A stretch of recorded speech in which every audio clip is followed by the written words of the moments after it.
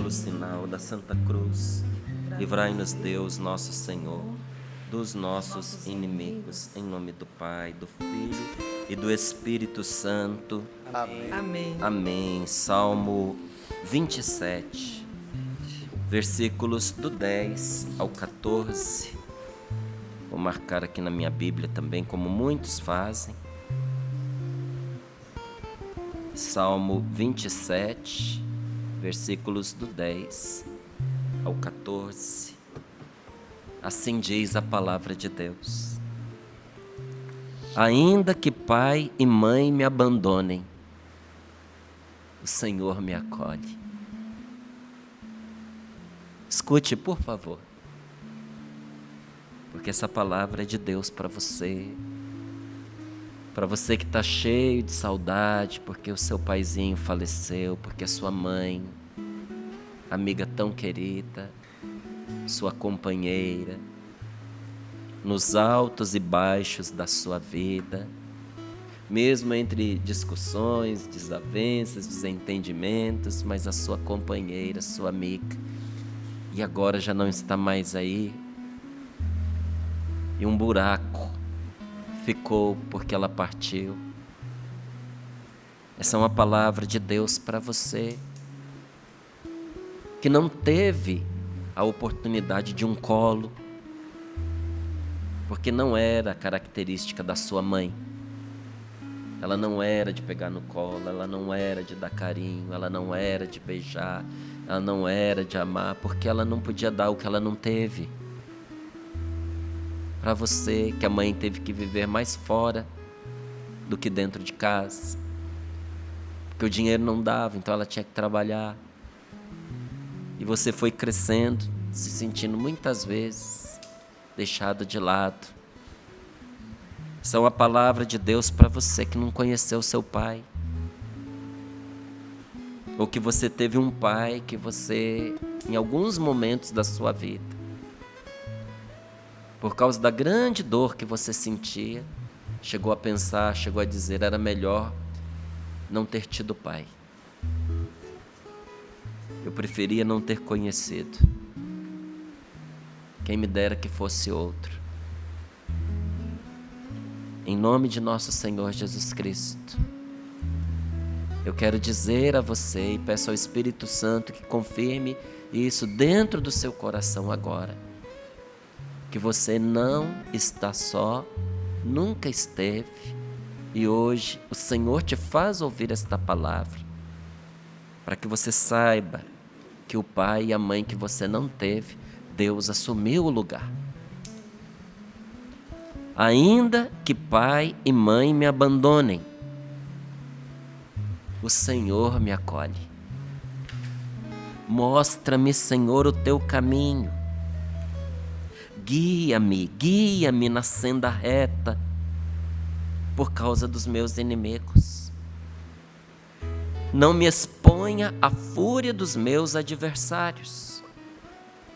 Contra mim se levantaram falsas testemunhas que anseiam por violência. Mas tenho certeza que vou contemplar a bondade do Senhor na terra dos vivos. Espera no Senhor. Sê forte. Firme-se teu coração e espera no Senhor. Palavra do Senhor. Graças a Deus. Graças a Deus. Ainda que pai e mãe me abandonem, o Senhor me acolhe. Mostra-me, Senhor, o teu caminho. Porque não sou eu nem você, não somos apenas nós, que nos sentimos muitas e muitas vezes perdidos nessa estrada, não, meus queridos. Sem a luz de Deus não tem ser humano que esteja acertado no caminho, não. O Senhor é a luz dos nossos passos. Quem está longe de Deus caminha na escuridão. Pode caminhar até com passo firme, mas não sabe para onde vai. A pessoa está sem Deus e caminha com passo firme. Aí, em vez de ser uma qualidade, é um defeito, porque se você está com o passo firme na direção do abismo, era melhor que o passo fosse frouxo, né? Era melhor ir devagar, era melhor ir errante, cambaleante pelo meio do caminho. Se você está indo certeiro e depressa, no destino, no rumo da sua destruição. Não, é o Senhor quem nos guia. E é muito saudável para uma pessoa de oração, uma pessoa de Deus, muitas vezes se sentir sem direção. É saudável. Porque esse sentimento, que não é só um sentimento, é uma realidade, nos faz buscar a direção no único que realmente pode nos dirigir como acerto. Nesse mundo perdido, que não sabe para onde vai. Quem é que você acha que pode indicar caminho para você? Não há outro, é o Senhor. Não há outro. Então guia-me, Senhor, mostra-me, Senhor, o teu caminho. Guia-me na senda reta por causa dos meus inimigos. Olha, não é querer ficar achando pelo em ovo. Mas todos nós temos inimigos à beira do caminho, na torcida. Para que a gente se perca, para que a gente se desvie, para naquela hora nos apedrejar. Todos nós, sem exceção. Por mais que você diga assim, mas quem sou eu? Eu não tenho nada, não tenho muita coisa. Meu amigo, tem gente que tem ódio da nossa alegria, por menor que seja, da nossa felicidade. Se você tem períodos de bem-estar em que você se encontra feliz, você pode ter certeza que isso é o suficiente já para indispor algumas pessoas. Tanto que você vê que o dia que a gente está bem, tem sempre alguém que fica meio irritado e ataca, porque não é só uma questão humana. Existe de verdade algo de espiritual, uma atmosfera espiritual do tentador contra nós, que fica à espreita como um leão que ronda, esperando uma oportunidade para devorar. Qual é a oportunidade? É aquela em que você se desvia, é aquela em que você se perde, é aquela em que você erra, e que você erra gravemente, é aquela em que na altura você se tornou um objeto de escândalo. E aí aquele inimigo que esperava tanto tempo por esta oportunidade, agora sim. Quando é um inimigo diabólico, ele se congratula porque ele conspirou para isso. Quando é um inimigo humano, que acaba sendo um inocente útil nas mãos do demônio, a pessoa, a primeira coisa que ela fala, eu sabia, eu nunca me enganei, eu nunca fui com a cara desta pessoa, eu sempre tive um pé atrás com ela, eu sabia que ele não era esse santinho que ele se mostrava, eu sabia que ela não era tudo aquilo que ela dizia. Então, vamos orar ao Senhor. Guia-me na senda reta por causa dos meus inimigos. Não me exponha, Senhor, à fúria dos meus adversários, porque contra mim se levantaram falsas testemunhas. E olha, foi até a pregação do dia de ontem. Quantas coisas o demônio trabalha para nos convencer de que a nossa vida não presta, de que a nossa vida vai mal, de que nós somos pessoas fracassadas, que nós somos pessoas derrotadas. Ele testemunha contra nós o tempo inteiro. E testemunha falsamente. Testemunha diante de quem? De Deus não é, porque a Deus não se engana. Testemunha diante da sua própria consciência. Porque a voz da tentação, ela se manifesta para nos desviar da verdade, do bem, do amor, da graça de Deus, da presença de Deus. Porque nos conduzindo para a escuridão, Ele nos arrasta onde Ele quer. Mas eu tenho certeza que eu vou contemplar a bondade do Senhor na terra dos vivos. Olha como esta palavra me consola. Porque tem muitas pessoas que querem nos consolar dizendo assim, um dia, na eternidade, não é? Essas coisas vão se acertar. O Senhor um dia vai pedir contas de tudo isso. Nesse mundo não, mas no mundo vindouro. Não, olha aqui, leia. Tenho certeza que vou contemplar a bondade do Senhor na terra dos vivos. Permanece com Deus e espera. O seu desafio é você não desesperar. A sua parte é você ficar firme em Deus. Não lançar mão das armas das trevas, das armas do mal, pagar na mesma moeda, fazer do mesmo jeito, mas firmar o seu coração no Senhor e dizer para si mesmo: se tem um inimigo que dá falso testemunho para você, não é só contra você, mas dá falso testemunho para você, tem o Espírito Santo e a palavra de Deus que coloca na nossa boca esta palavra que é verdadeira. A bondade do Senhor, tenho certeza que eu vou contemplar, eu vou ver, eu vou tocar a bondade do Senhor para comigo nesta situação, na terra dos vivos. E aí vem o Espírito Santo de Deus pela boca de Davi e nos dá esse conselho: espera no Senhor, ser forte, firme-se teu coração e espera no Senhor. A gente foi falando de tantas coisas, né, que vão acontecendo na vida da gente, às vezes atravancando o nosso caminho. Uma das coisas que mais nos bloqueiam é a indecisão, é não saber o que fazer. E vem esta palavra e abre essas coisas para nós. Quando nós falamos de nos libertar, né, a Paula perguntava aqui: do quê? Que males dos quais o Senhor pode nos livrar e deve nos livrar? Do que é que você fala aí nesse livro? Eu vim procurar um trechinho que pudesse apontar algo que nos atinge a todos. Na página 23 diz assim: quantas pessoas descobrem a Deus, descobriram, encontraram o Senhor, passam a amá-lo, têm um relacionamento pessoal com Jesus e depois desanimam.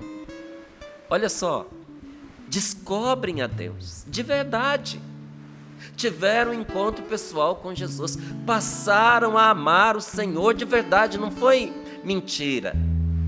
Ou como muitos, até dando voz à tentação, dizem: é fogo de palha. Não, não era fogo de palha. Amaram o Senhor de verdade, mas depois desanimam. Por quê? Porque não conseguem abandonar um pecado, porque não conseguem evitar um comportamento escandaloso. Notam, inclusive, que existe algo errado, o motivo pelo qual não conseguem deixar aquilo. Sabem o que estão fazendo de errado, mas não sabem o porquê. Não sabem o que é que está errado. E a pessoa diz frases como essa: sinto que a minha vida está presa, não consigo seguir em frente. Muitos estão assim, gente, por causa desses juramentos que fizeram a si mesmos. Olha, compromissos que a pessoa assumiu com o erro, com o pecado, com uma dinâmica de vida destrutiva, às vezes fruto até dessas coisas que a gente aprendeu na televisão, ou fruto de conversas que a gente ouviu dentro de casa. A nossa família é assim, nosso temperamento é dessa forma, aqui a gente age desse jeito, e nós vamos incorporando essas coisas na nossa vida. Mas aqui tem um comentário importante que diz assim: bastaria cortar a corda, bastaria desatar o nó para se libertarem e seguirem adiante no caminho do crescimento, no caminho do amadurecimento.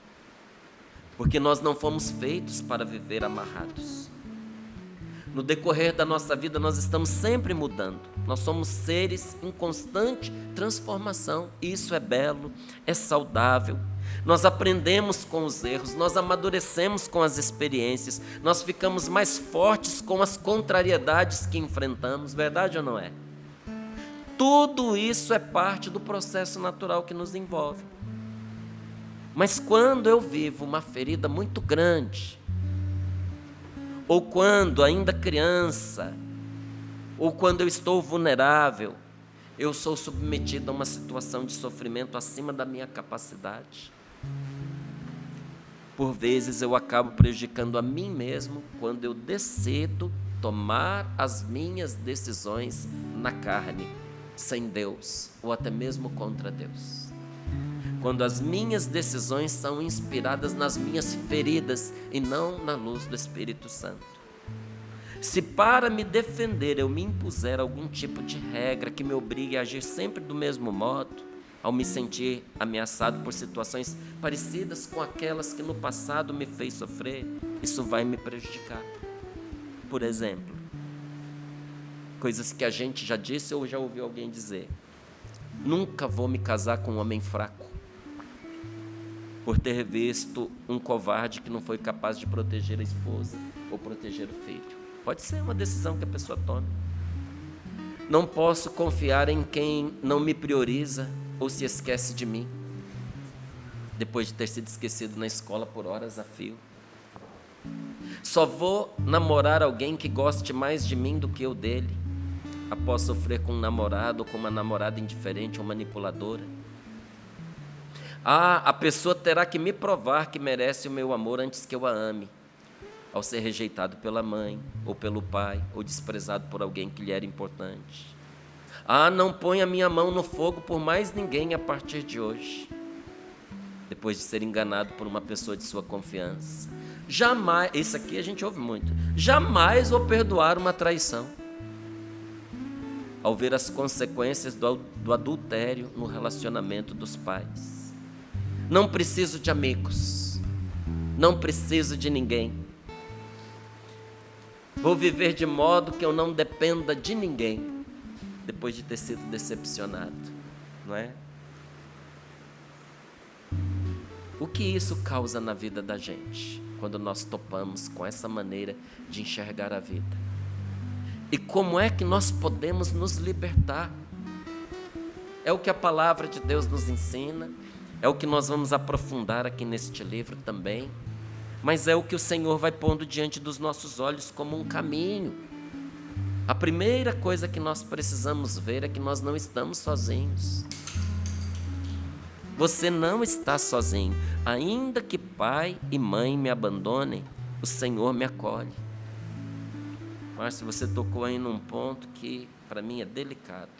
Muitas vezes eu não sei o que fazer. Mas aqui diz a palavra de Deus: mostra-me, Senhor, o teu caminho, guia-me na senda reta por causa dos meus inimigos. Pede a Deus que te guie. Pede a Deus que te mostre a estrada. Olha, uma coisa que eu fui aprendendo nessa vivência carismática, que graças a Deus foi um grande bem na minha vida e continua sendo. Quando você estiver em dúvida sobre que direção tomar, peça o dom do discernimento dos espíritos. Entregue nas mãos de Deus a sua capacidade de julgamento. Porque todos nós temos capacidade de julgamento, mal administrado, mas todos nós temos capacidade de julgamento. Entregue nas mãos de Deus a sua capacidade de julgar as coisas. Submeta a sua capacidade de escolher, porque você tem capacidade. Submeta a sua capacidade de decidir inteiramente ao Espírito de Deus e peça a Deus que feche para você todas as portas, menos a certa. Você não acha que é uma boa oração? Senhor, eu te entrego a minha capacidade de escolher, a minha capacidade de decidir. O Senhor sabe a facilidade que eu tenho para julgar as pessoas e as situações de maneira precipitada. Então eu quero entregar nas tuas mãos esse dom que o Senhor me deu, porque é um dom que o Senhor me deu, de discernir, de julgar as situações, de julgar as coisas, de até de julgar as pessoas. Eu entrego nas tuas mãos e eu te peço, meu Deus, fecha para mim todas as portas, menos a certa. E o que eu faço depois desta oração? E o que eu faço enquanto essa porta não chega? Enquanto isso, continue com a sua vida. Continue a agir como sempre, porque tem gente que quer esperar a resposta de Deus sentado. Não vá, não me perdoa, mas não rola. Olha, Elias foi chamado por Deus para profetizar. Aí foi profetizar lá contra os profetas do Baal lá. Todo mundo foi embora, o povo rapou fora, só ficou ele. Ao ponto dele dizer: eu fiquei sozinho. E entrou em depressão.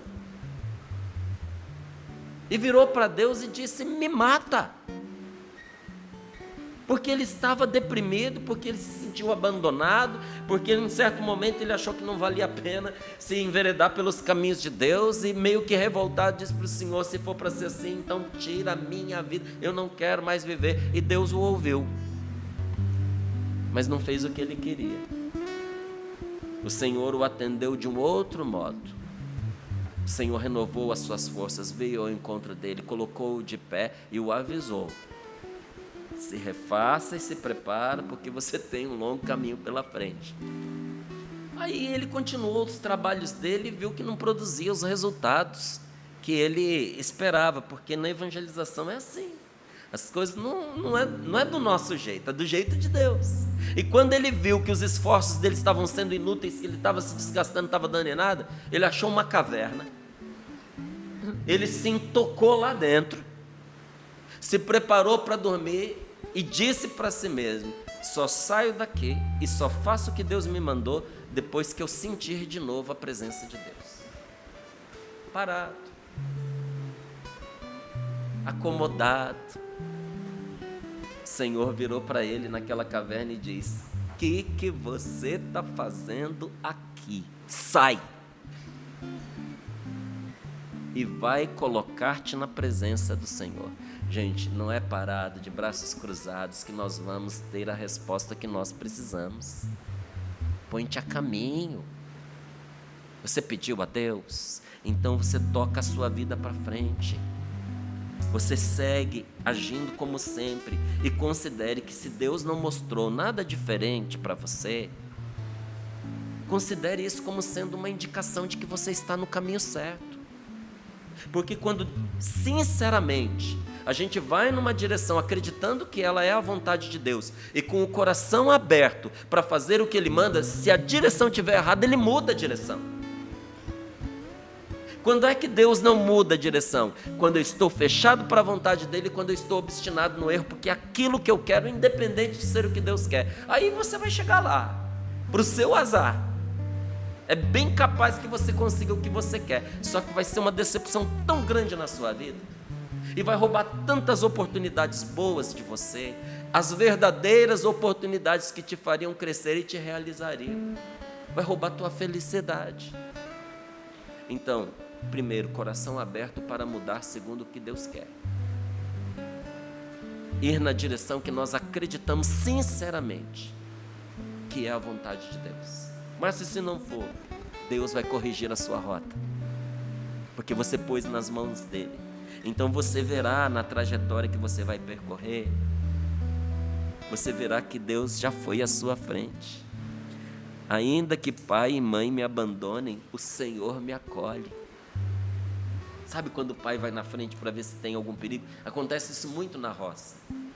Na roça a criança não vai nem do lado e nem na frente, vai atrás. Se tiver uma cobra no meio do caminho, se tiver um perigo, um buraco, o pai vai na frente para mostrar o caminho e para livrar dos perigos. Quando você entrega a sua vida nas mãos de Deus, você vai ver que na trajetória que você percorrer, Deus já foi à sua frente, já fechou muitas portas. Muitas portas Ele fechou. Portas que, se você tivesse encontrado aberta, com certeza você teria entrado por elas. Mas esteja certo de que mais além dessas portas, existe uma que Ele deixou aberta. Entra ali, irmão. Entra por essa porta, vai por ela. Às vezes a gente recalcitra, sabe? A gente fica pirraçado com Deus, a gente acha ruim o caminho pelo qual Ele está nos levando, mas a melhor coisa que aconteceu na minha vida foi quando eu fui por onde Deus me levou, mesmo a contragosto, porque nem sempre fui com gosto não, mas eu fui. Às vezes eu fui igual aquele filho que o pai disse: vai trabalhar no meu campo? E ele disse: não, não vou. Mas depois pensou melhor, ficou arrependido e foi. A melhor coisa que aconteceu na minha vida foram as vezes que eu fiz assim. Porque você não tem ideia da quantidade de oportunidades que surgem para você quando você vai pela vontade de Deus. Entre por essa porta. E você vai topar com uma mina de oportunidades que é mais rica, que é mais transbordante do que você imaginaria na sua vida. A palavra do Senhor, ela nos diz que os pensamentos de Deus são muito mais altos do que os meus. Você sabe o que isso significa? Não é só que os pensamentos de Deus são inalcançáveis, é que os planos dele são melhores. O que Deus tem para você, que tem para mim, deixa ridículo aquilo que a gente tem como plano. Não é que o que a gente planeja seja mal, é que é pouco, é que a gente mira baixo, é que a gente mira errado. Às vezes a gente mira alto demais numa coisa que não deve, e aí a gente se desgasta, não alcança e se frustra. Às vezes a gente mira torto, erra o alvo, se frustra, não é? E às vezes a gente mira baixo demais, e aí o que a gente consegue não preenche o coração da gente. Não, vai com Deus, beba dessa fonte, porque essa fonte jorra para a eternidade. Siga esse veio d'água. Às vezes a vontade de Deus, ela se manifesta para nós como um veiozinho d'água, uma fontezinha, só que aquela mina não para de jorrar. Siga essa fonte e você vai ver que ela desemboca num mar de possibilidades. A gente entende quanto é rico o plano de Deus para nós quando nós temos coragem de ir com Deus aonde Ele quer nos levar. Olha, quem era Pedro, gente? Um pescador anônimo na Galileia. Mesmo Paulo, que era ali uma referência entre o povo dele, com um monte de títulos, ainda assim não era o maior destaque, não. Ele tinha um mestre, chamava Gamaliel. O Gamaliel, que eu e você só ouvimos falar por causa do Paulo, já não é conhecido. E era o cara naquela época. E Paulo estava abaixo dele. Paulo foi perseguido por um império. Aí agora, na sede deste império, que é Roma, você chega lá no lugar principal, as igrejas de Pedro e de Paulo. Todo mundo sabe que aquele lugar é dos cristãos, que Pedro e Paulo foram importantes nessa trajetória, e a maioria não lembra do nome dos imperadores que governaram a pulso de ferro e eram os deuses, com D minúsculo aqui, daquela época. E não foi pelo ferro, não foi pelo fogo, não foi pelas armas, não foi pela, como diz a palavra de Deus, nem pela força das armas, nem dos exércitos. Foi pelo Espírito Santo de Deus. Muita gente não sabe quem são os imperadores de Roma, quem foram os imperadores de Roma, mas sabem quem foi Pedro, sabem quem foi Paulo. Quando é que esses homens imaginariam que Deus os tiraria de um vilarejo desconhecido e pobre para colocá-los como uma referência no mundo? Eles estão simplesmente no livro mais vendido do mundo, que é a Bíblia. Não tem livro no mundo mais vendido do que a Bíblia. E ali está a história desses dois homens simples e de tantos outros. Você não tem ideia de onde pode te levar a vontade de Deus para a sua vida. Então Deus nos guia muitas vezes pelas circunstâncias. Deus guia você pelas coisas que acontecem na sua vida. E em certo momento da sua vida, o caminho pode parecer totalmente bloqueado. Você pensa agora, me perdoa a expressão, agora ferrou. Agora não tem saída, agora não tem para onde ir. Agora eu me dei mal, agora fechou tudo à minha frente. O que virá depois disso? Depois de tantos anos, agora o que me resta? As minhas chances todas se esvaíram. A gente pode até pensar, porque a gente olha de maneira limitada. Só que se você permanece com Deus, logo em seguida de você ver esse bloqueio, acontece uma coisa simples, que pode não parecer nada aos olhos dos outros, mas que tem aos olhos da fé um significado imenso. Aos olhos de quem tem fé, aquilo que aconteceu muda muita coisa, muda tudo. A Canção Nova, ela foi vivendo dessas pequenas mudanças. Quando tudo parecia que não, algo novo acontecia. E na minha vida tem sido assim. E na vida de tantos que têm seguido Jesus, tem sido assim. Quando parece que a gente chegou ao fundo do poço, até mesmo do nosso ministério. Parece que as nossas forças se esvaíram, parece que os frutos já não se manifestam mais. E humilhados nós nos prostramos na presença de Deus e perguntamos: Senhor, e agora? Aí acontece aquela viradinha, aquele pequeno detalhe, aquele empurrãozinho que muda simplesmente, absolutamente e absurdamente tudo. Outro dia eu vi uma pessoa que foi correndo para atravessar a rua, tropeçou, caiu e se machucou. E em seguida, um carro passou, triscando na cabeça dela. Se ela não tivesse tropeçado, ela teria sido morta, teria sido atropelada. Bendito tropeção. Bendito tropeção.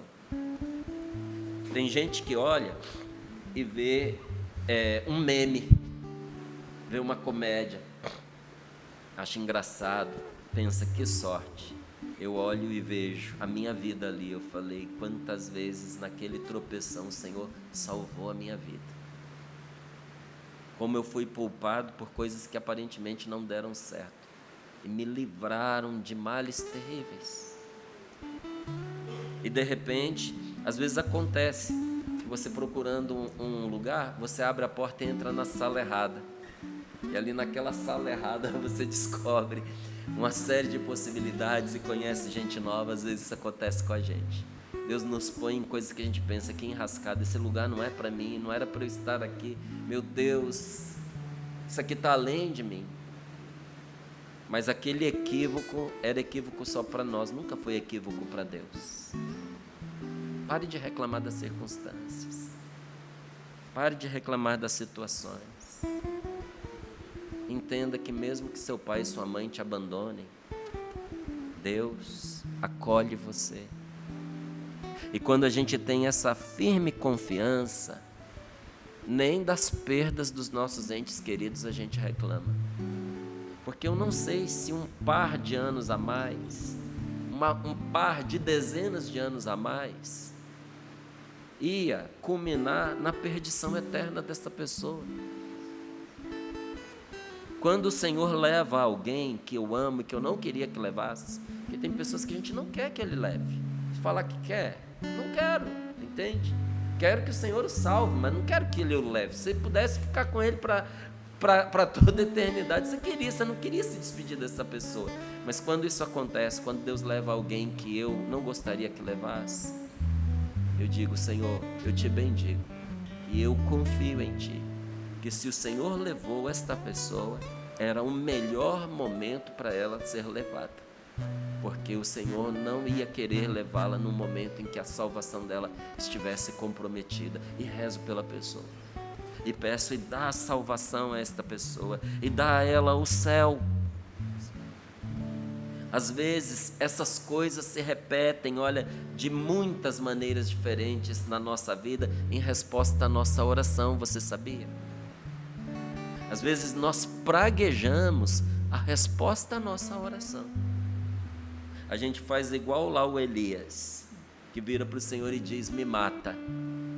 E Deus faz diferente, a gente pragueja, mas na verdade Ele está nos livrando até da nossa oração mal feita, até de quando nós pedimos o mal. Quantas e quantas coisas têm acontecido assim na sua vida? Parece uma porta fechada, mas de repente aparece uma saída. É resposta à sua oração, não é simples coincidência, é providência. É Deus agindo, é Deus cuidando, como o Pai amoroso que vai na trilha, vai à frente, vai livrando dos perigos, vai indicando o caminho. É a abertura de circunstâncias na direção da nossa meta. Você não pediu a Deus para te levar lá? Vai com Ele. Ele está abrindo as circunstâncias na direção. Sabe, são como aquelas luzinhas de uma cidade brilhando ao longe. Quando a gente vai ali para Campos do Jordão e volta à noite, que é o quase todo mundo faz, né? É que a gente está 1 hora, a gente sai de manhã cedinho, vai, chega, aproveita lá a cidade e tal, e desce à noite. Quando você vai descendo à noite, é bem escuro. Mas lá na frente você vê umas luzezinhas distantes, tremulando. Aí você diz ali, agora Tinguetá. Naquela direção ali, a Cachoeira Paulista. E quando você vê a luz, o que isso significa? Que está chegando. Porque quando é longe demais, nem a luzinha você vê. Significa que você está no caminho. Se nós buscarmos a orientação do Senhor, Ele nos guiará. Isso não é um privilégio meu, nem de nós que estamos aqui simplesmente. Hoje o Senhor está dizendo a você que se você buscar nele a orientação, Ele irá guiar você. Mas Ele não vai se dobrar aos seus caprichos nem aos meus.